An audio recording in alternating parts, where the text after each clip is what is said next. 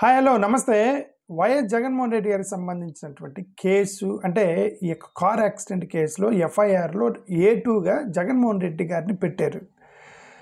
నేను I am asking the government of Andhra Pradesh and the police department and whoever are file the FIR and mention the YS Jaganmohan Reddy and A2 on what grounds you have kept that?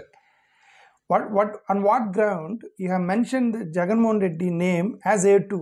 I'm asking the police department. ఇప్పుడు మనకు భారతదేశ చట్టాలు అందరికీ తెలుసు. భారతదేశ చట్టాలు మన చట్టాలు ఏంటంటే ఇప్పుడు ఎనీ కార్ యాక్సిడెంట్ వచ్చినప్పుడు ముగ్గురు చర్చకు వస్తారు. ఒకరు ప్యాసింజరు, డ్రైవరు, ఓనరు, ముగ్గురు చర్చకు వస్తారు. ప్యాసింజర్ అనే కాన్సెప్ట్ లేదు, ఎందుకంటే అది ప్రైవేట్ వెహికల్, ట్రావెలర్ వెహికల్ కాదు, అది పర్సనల్ వెహికల్ కాబట్టి ప్యాసింజర్ని తీసేయండి. ఇంక ప్యాసింజర్ అనే కాన్సెప్ట్ లేదు ఆ ట్రాన్సాక్షన్లో. డ్రైవర్ అండ్ ఓనర్ ఉన్నారు. యాక్సిడెంట్ జరిగినప్పుడు డ్రైవర్ అండ్ ఓనర్ ఇద్దరు యాక్సిడెంట్ జరిగినప్పుడు దాంట్లో ఉన్నారు. డ్రైవర్ మీద మీరు ఎలాంటి సిచ్యువేషన్స్లో కేసు పెడతారు? డ్రైవర్ నెగ్లిజెన్సీ, క్రిమినల్ లైబిలిటీ రెండు మీద కేసు పెడతారు. డ్రైవర్కి నెగ్లిజెన్సీ, ర్యాష్ డ్రైవింగ్ చేయటం కానీ, లేదంటే ఇంటెన్షనల్గా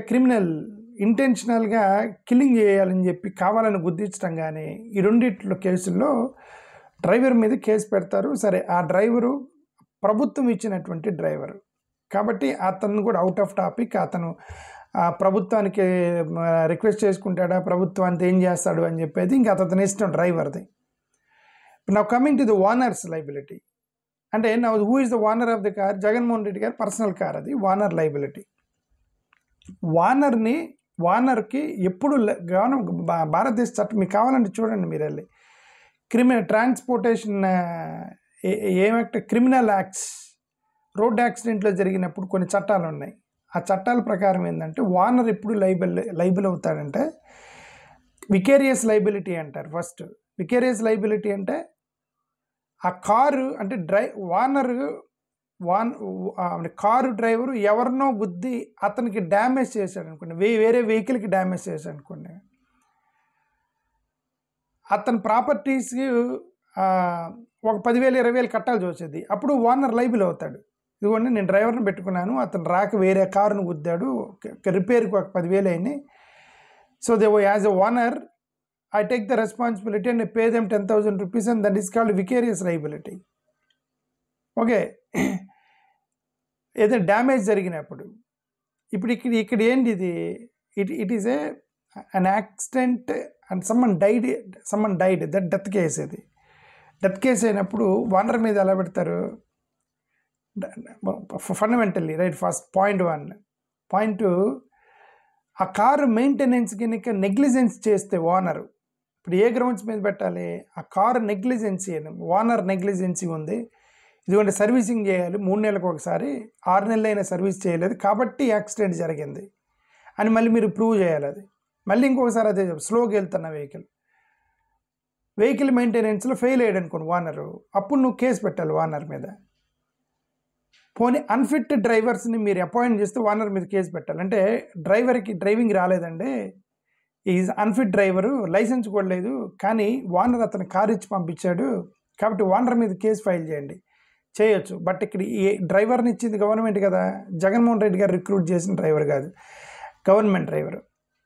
సరే, పోనీ ట్రాన్స్ఫర్ ఆఫ్ ఓనర్షిప్లో ఎక్కడన్నా తేడా వచ్చింది, ఏదో సెకండ్ హ్యాండ్ కారు కొనుక్కొని వేరే పేరు మీద ఉంటే ఇతను కొనుక్కొని ఏదో, సరే కారుకి ఇన్సూరెన్స్ కట్టలేదు, ఇన్సూరెన్స్ కవరేజ్ కట్టలేదంటే పొల్యూషన్ చేయించలేదు కాబట్టి ఇవన్నీ కూడా పేపర్స్ సరిగా లేవంటే మీరు డ్రైవర్ని. ఇప్పుడు అసలు జగన్మోహన్ రెడ్డి గారు మీరు A2 పెట్టడం what is the ground? On what ground you have kept?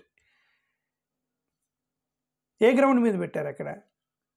ఒకటి హిట్ అండ్ రన్ అంటే యాక్సిడెంట్ జరిగిన తర్వాత చెప్పకుండా వెళ్ళిపోయిన క్రైమ్, అది పక్క క్రైమ్. అది మీరు కొన్ని రూల్స్ ఉంటాయి, మీరు యాక్సిడెంట్ జరిగితే మీరు అక్కడే ఆగాలి, అతను హాస్పిటల్కి తీసుకెళ్ళాలి, పోలీసులకు ఇన్ఫర్మేషన్ ఇవ్వాలి, డ్రైవర్ పారిపోకూడదని ఒక చట్టం ఉంది.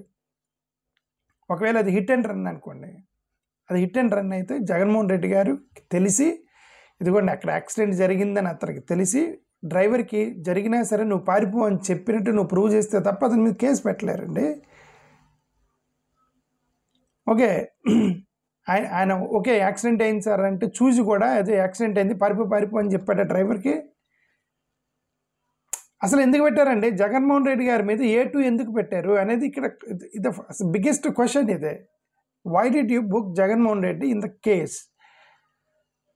చాలా స్లోగా వెళ్తున్న వెహికల్, డ్రైవర్ ఎక్కడో లోపల కూర్చున్నాడు, ఈయన ఎక్కడో టాప్ రూఫ్ మీద ప్రజలతో ఇలా చేస్తున్నాడు, అసలు డ్రైవర్కి ఆయనకి సంబంధం లేదు. సార్ పోనీ పక్కన కూర్చొని ఫాస్ట్గా దాన్ని ఇంటిమిడేషన్ అంటారు. ఓకే, అంటే ఒక డ్రైవర్ని రెచ్చగొట్టడం, ఫాస్ట్గా పోనీ అని అప్పుడు నువ్వు బుక్ చేయొచ్చు డ్రైవర్ మీద. ఆయన రూప్ టాప్ మీదకి వెళ్ళి ఇలా అంటా ఉంటే ఎక్కడో కింద ఉన్న డ్రైవరు తను స్లోగా వెళ్తూ ఆ కారు కింద ఎవరో కారు కింద పడితే ఆన్ వాట్ గ్రౌండ్స్ ఈ book the one who is not sitting with the driver at all? First of all is not in the car. ఆ మాట చెప్తే Jagan is not in the car because is half body is on the top of the car, out side of the car. The Jaganmohan Reddy is out side the car, is not inside the car. పోనీ ఆ driver యొక్క యాక్షన్స్ని, driver ఎలా drive చేస్తున్నాడు ఇది observe చేయడానికి కూడా అతనికి chance లేదు. తలకాయ బయట పెట్టాడు, జనాలు గిట్టేటా చేసుకుంటే కింద లోపల ఏం జరుగుతుంది, డ్రైవర్ హౌ ఈజ్ డ్రైవింగ్, అసలు ఏ గ్రౌండ్స్లో కూడా police cannot include Jaganmohan Reddy's name in FIR. Purely political మోటివేషన్తో ఇది పెట్టుండొచ్చేమో, కానీ చట్ట ప్రకారం మాత్రం అతనికి సంబంధమే లేదు. ఆ కార్ యాక్సిడెంట్కి సంబంధమే లేదు. Jaganmohan Reddy is not liable for any, అంటే not that particular accident, he is not liable for it. Neither he intimidated the driver nor he asked the driver to go drive rash driving.